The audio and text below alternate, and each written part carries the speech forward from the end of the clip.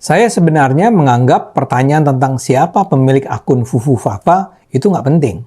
Saya juga nggak percaya bahwa pemilik akun Fufu Fafa adalah Gibran. Tapi saya merasa perlu membicarakannya karena isu ini terus digoreng untuk menjatuhkan nama Gibran yang adalah seorang wakil presiden saat ini dan putra Jokowi. Dalam aksi 411 yang dilakukan kubu FPI 2012 dan Rizik Sihab, jelas-jelas dikatakan, adili Jokowi dan tangkap pemilik akun Fufu Fafa. Mereka sih tidak secara tegas menyebut nama Gibran, tapi pastilah yang dimaksud dengan akun Fufu Fafa adalah Gibran. Di berbagai diskusi yang menghadirkan wakil kubu anti Jokowi, pengidentikan Gibran dengan akun Fufu Fafa lazim dilakukan. Buat saya ini sama sekali nggak pantas. Saya tidak pernah melacak kebenarannya, tapi saya merasa hampir pasti Gibran bukan Fufu Fafa, terutama karena melihat siapa orang yang menyebarkan narasi pengidentikan itu. Tokoh utama yang menyebarkan tuduhan Gibran adalah Fufu Fafa adalah tokoh terkenal bernama Roy Suryo. Dia adalah mantan menteri di era SBY dan mantan anggota DPR dari Partai Demokrat. Dalam kasus Fufu Fafa, saya anggap sebagai aktor utama karena kemana-mana mengatakan sangat hampir sepenuhnya pasti akun Fufu Fafa adalah milik Gibran. Dia bilang kemungkinannya 99,9%. Bayangkan, 99,9%. Jadi peluang salahnya cuma 0,1%. Itu pun karena kata Roy, menurut Allah di dunia ini tidak ada yang sempurna.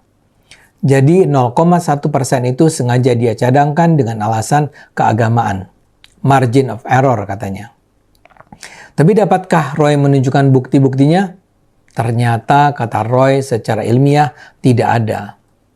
Roy mengatakan pembuktian kebenaran itu hanya bisa dilakukan petugas yang diperbolehkan oleh hukum untuk mengambil bukti dari server.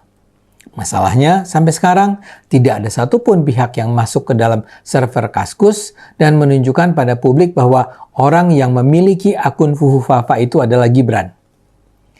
Jadi kalau tidak ada bukti ilmiahnya, bagaimana Roy Suryo tiba pada kesimpulan 99,9% itu? Entahlah, mungkin sekedar dugaan, spekulasi, atau bukti mistis dan bukti klinik. Atau Roy sekedar berimajinasi dan kemudian mengungkapkannya dengan penuh percaya diri. Atau Roy adalah bagian dari konspirasi untuk menjatuhkan nama Gibran dengan menciptakan kebohongan online. Saya ini pendukung Jokowi, Prabowo, Gibran, Kaisang.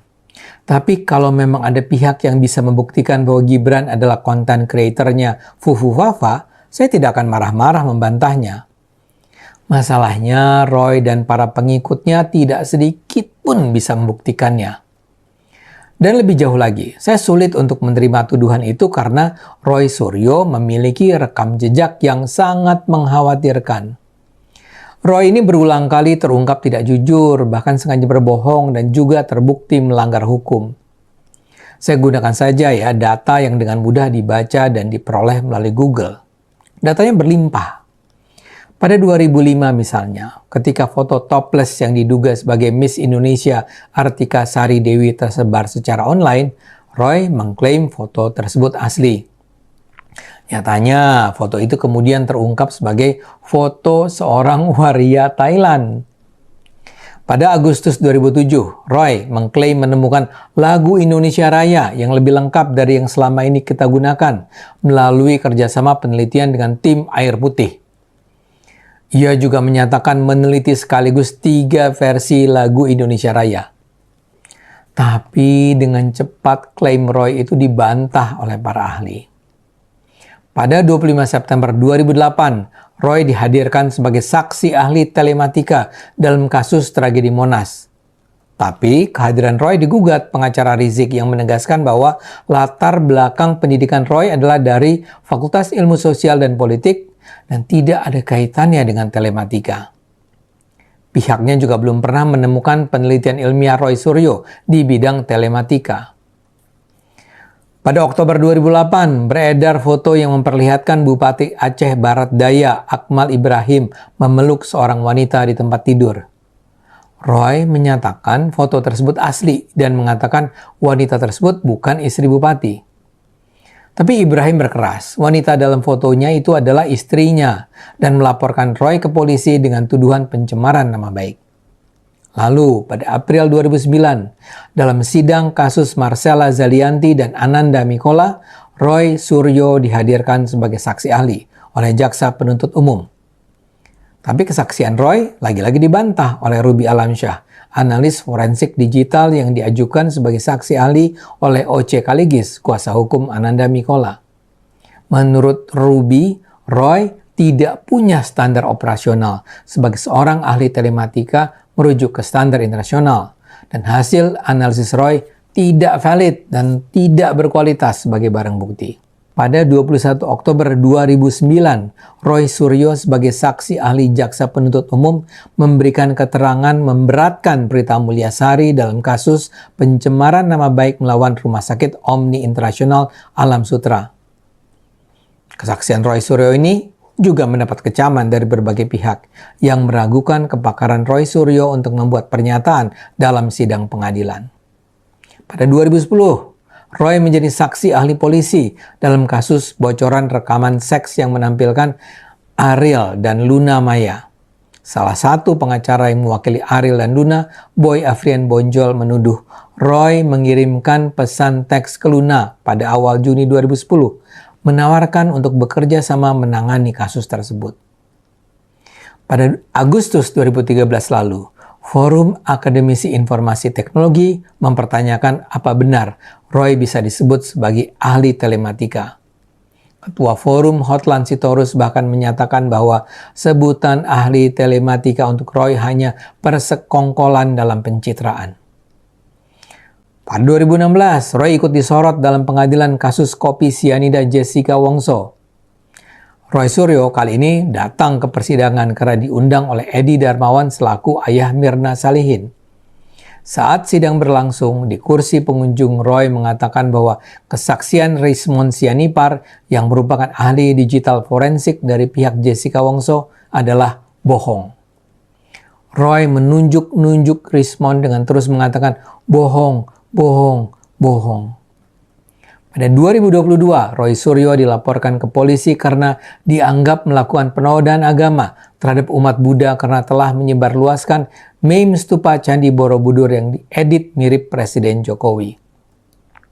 Pada 28 Desember 2022 itu, Pengadilan Negeri Jakarta Barat menyatakan Roy bersalah dan menjatuhkan pidana penjara 9 bulan penjara terhadapnya.